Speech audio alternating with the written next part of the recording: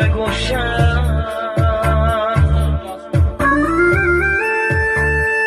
این خبر خوب ناخوش است.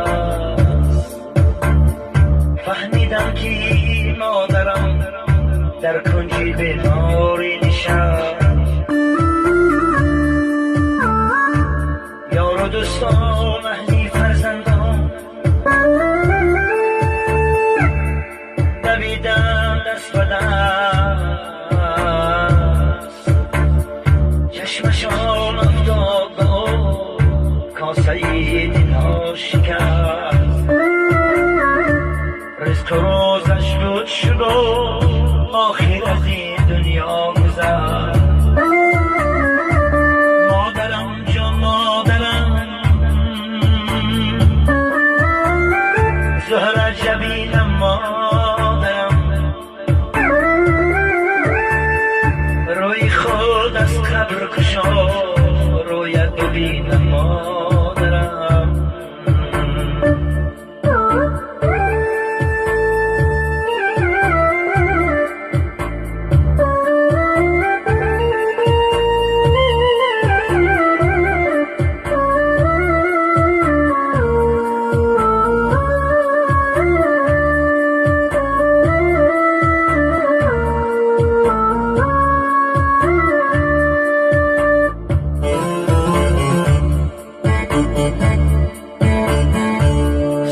افتاد به ناگاه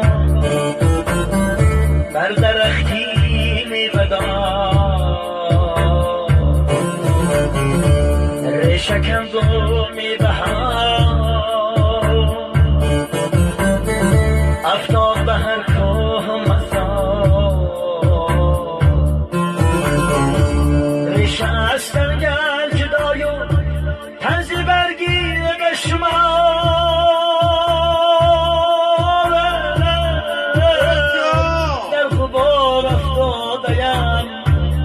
شیرینم مادرم. در غبار افتاده‌ام سیب شیرینم مادرم.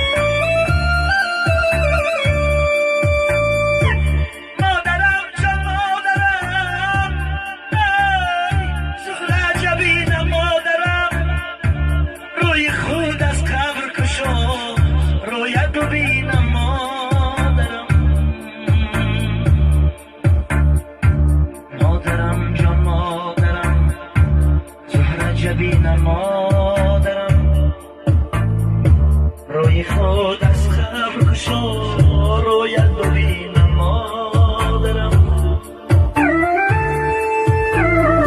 روی خود از خبر کشا رویت ببینم